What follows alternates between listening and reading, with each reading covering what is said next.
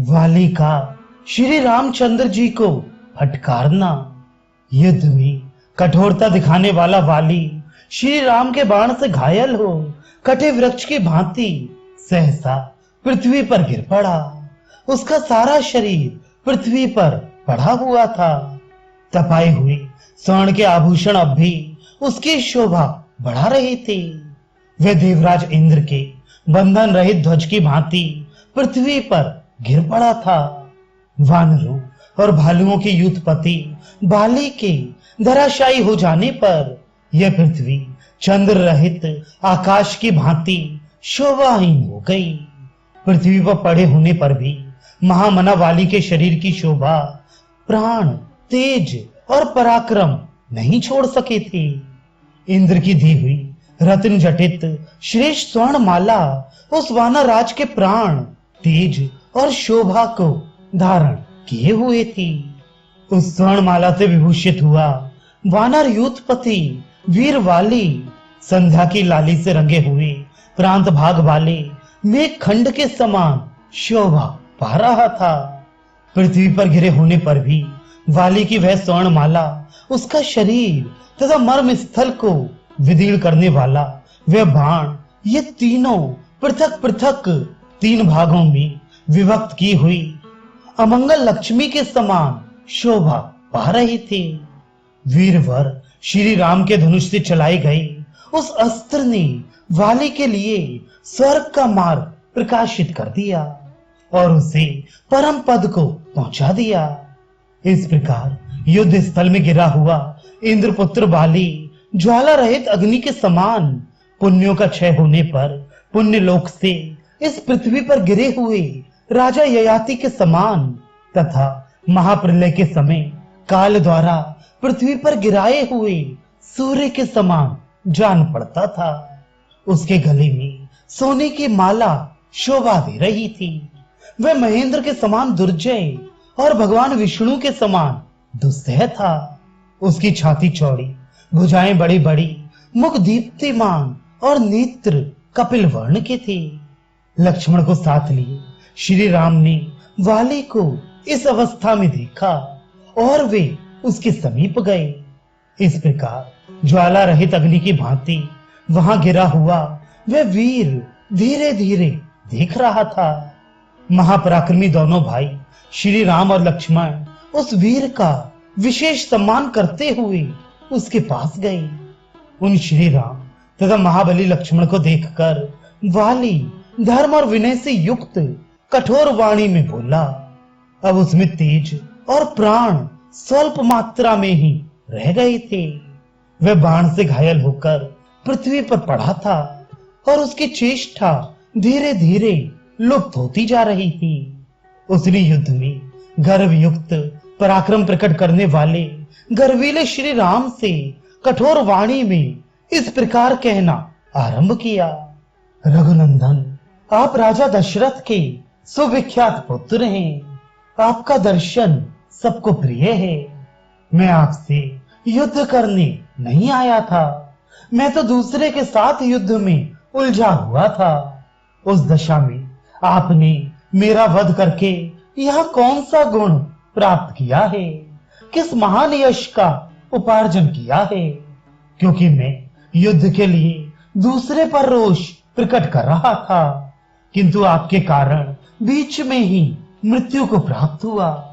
इस भूतल पर सब प्राणी आपके यश का वर्णन करते हुए कहते हैं, श्री रामचंद्र जी कुलीन, सत्गुण संपन्न, तेजस्वी, उत्तम व्रत का आचरण करने वाले, करुणा का अनुभव करने वाले, प्रजा के हितैषी, दयालु, महान उत्साही, समयोचित कार्य एवं सदाचार के ज्ञाता और दृढ़ प्रतिज्ञ हैं। राजन, इंद्रिय निग्रह, मन का संयम, क्षमा, धर्म, धैर्य, सत्य, पराक्रम तथा अपराधियों को दंड देना, ये राजा के गुण हैं। मैं आप में इन सभी सद्गुणों का विश्वास करके, आपके उत्तम कुल को याद करके, तारा के मना करने पर भी सुग्रीव के साथ लड़ने को आ गया। जब तक मैंने आपको नहीं देखा था, तब तक मेरे मन में यही विचार उठता था कि दूसरे के साथ रोष पूर्वक जूझते हुए मुझको आप असावधान अवस्था में अपने बाण से वेधना उचित नहीं समझेंगे। परंतु आज मुझे मालूम हुआ कि आपकी बुद्धि मारी गई है। आप धर्मध्वजी हैं, दिखावे के लिए धर्म का चोला पहने हुए हैं, वास्तव में अधर्मी हैं। आपका आचार व्यवहार पापपूर्ण है। आप घास फूस से ढके हुए कूप के समान धोखा देने वाले हैं। जब मैं आपके राज्य या नगर में कोई उपद्रव नहीं कर रहा था तथा आपका भी तिरस्कार नहीं करता था, तब आपने मुझ निरपराध को क्यों मारा? मैं सदा फल मूल का भोजन करने वाला और वन में ही विचरने वाला वानर हूँ। मैं यहाँ आपसे युद्ध नहीं करता था, दूसरे के साथ मेरी लड़ाई हो रही थी। फिर बिना अपराध के आपने मुझे क्यों मारा? राजन, आप एक सम्मानीय नरेश के पुत्र हैं, विश्वास के योग्य हैं और देखने में भी प्रिय हैं। आप में धर्म का साधनभूत चिन्ह, जटा, वलकल धारण आदि भी प्रत्यक्ष दिखाई देता है। क्षत्रिय कुल में उत्पन्न, शास्त्र का ज्ञाता, संशय रहित तथा धार्मिक वेशभूषा से आच्छन्न होकर भी कौन मनुष्य ऐसा क्रूरतापूर्ण कर्म कर सकता है? महाराज, रघु के कुल में आपका प्रादुर्भाव हुआ है। आप धर्मात्मा के रूप में प्रसिद्ध हैं, तो भी इतने क्रूर निकले। यदि यही आपका असली रूप है, तो फिर किस लिए ऊपर से भव्य, विनीत एवं दयालु साधु पुरुष का सा रूप धारण करके चारों ओर दौड़ते फिरते हैं? राजन, साम, दान, क्षमा, धर्म, सत्य, धृति, पराक्रम और अपराधियों को दंड देना, ये भूपालों के गुण हैं। नरेश्वर राम, हम फलमूल खाने वाले वनचारी मृग हैं, यही हमारी प्रकृति है। किंतु आप तो मनुष्य हैं, अतः हमारे और आप में वैर का कोई कारण नहीं है। पृथ्वी, सोना और चांदी, इन्हीं वस्तुओं के लिए राजाओं में परस्पर युद्ध होते हैं। यही तीन कलह के मूल कारण हैं, परंतु यहाँ वे भी नहीं हैं। इस दिशा में, इस वन में या हमारे फलों में आपको क्या लोभ हो सकता है?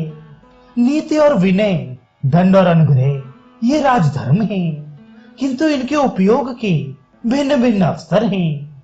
इनका अविवेक पूर्वक उपयोग करना उचित नहीं है। राजाओं को स्वेच्छाचारी नहीं होना चाहिए, परंतु आप तो काम के गुलाम, क्रोधी और मर्यादा में स्थित ना रहने वाले चंचल हैं। नए विनय आदि जो राजाओं के धर्म हैं, उनके अवसर का विचार किए बिना ही किसी का कहीं भी प्रयोग कर देती हैं, जहां कहीं भी बाण चलाते फिरते हैं।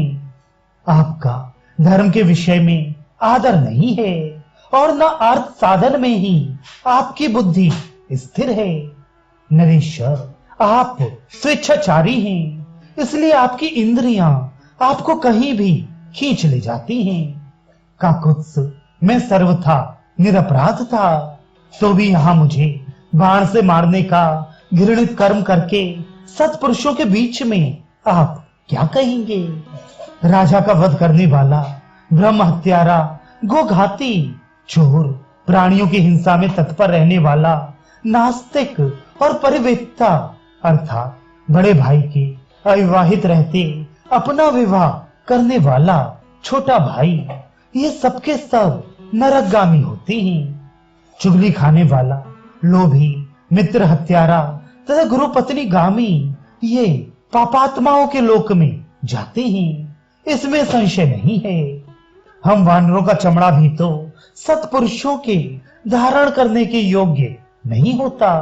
हमारे रोम और हड्डियां भी वर्जित हैं, छूने योग्य नहीं हैं।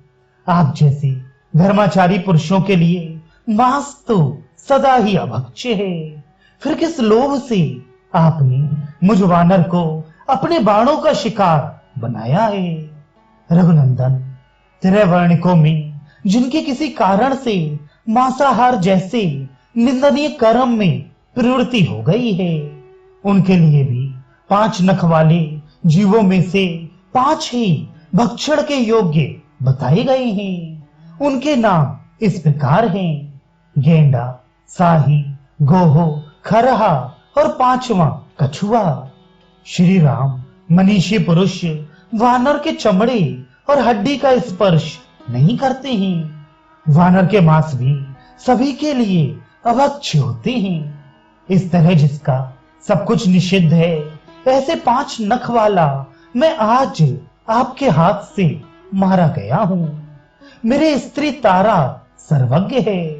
उसने मुझे सत्य और हित की बात बताई थी, किंतु मोहवश उसका उल्लंघन करके मैं काल के अधीन हो गया। काकुत्स जैसे सुशीला युवती पापात्मा पति से सुरक्षित नहीं हो पाती, उसी प्रकार आप जैसे स्वामी को पाकर ये वसुधा सनात नहीं हो सकती। आप छिपे रहकर दूसरों का अप्रिय करने वाले, अपकारी, क्षुद्र और झूठे ही शांत चित्त बने रहने वाले हैं। महात्मा राजा दशरथ ने आप जैसे पापी को कैसे उत्पन्न किया? हाय, जिसने सदाचार का रास्ता तोड़ डाला है, सत्पुरुषों के धर्म एवं मर्यादा का उल्लंघन किया है, तथा जिसने धर्म रूपी अंकुश को भी अवहेलना कर दी है, उस राम रूपी हाथी के द्वारा आज मैं मारा गया। ऐसा अशुभ, अनुचित और सत्पुरुषों द्वारा निंदित कर्म करके आप श्रेष्ठ पुरुषों से मिलने पर उनके सामने क्या कहेंगे? श्री राम, हम उदासीन प्राणियों पर आपने जो ये पराक्रम प्रकट किया है, ऐसा बल पराक्रम आप अपना अपकार करने वालों पर प्रकट कर रहे हो, ऐसा मुझे दिखाई नहीं देता।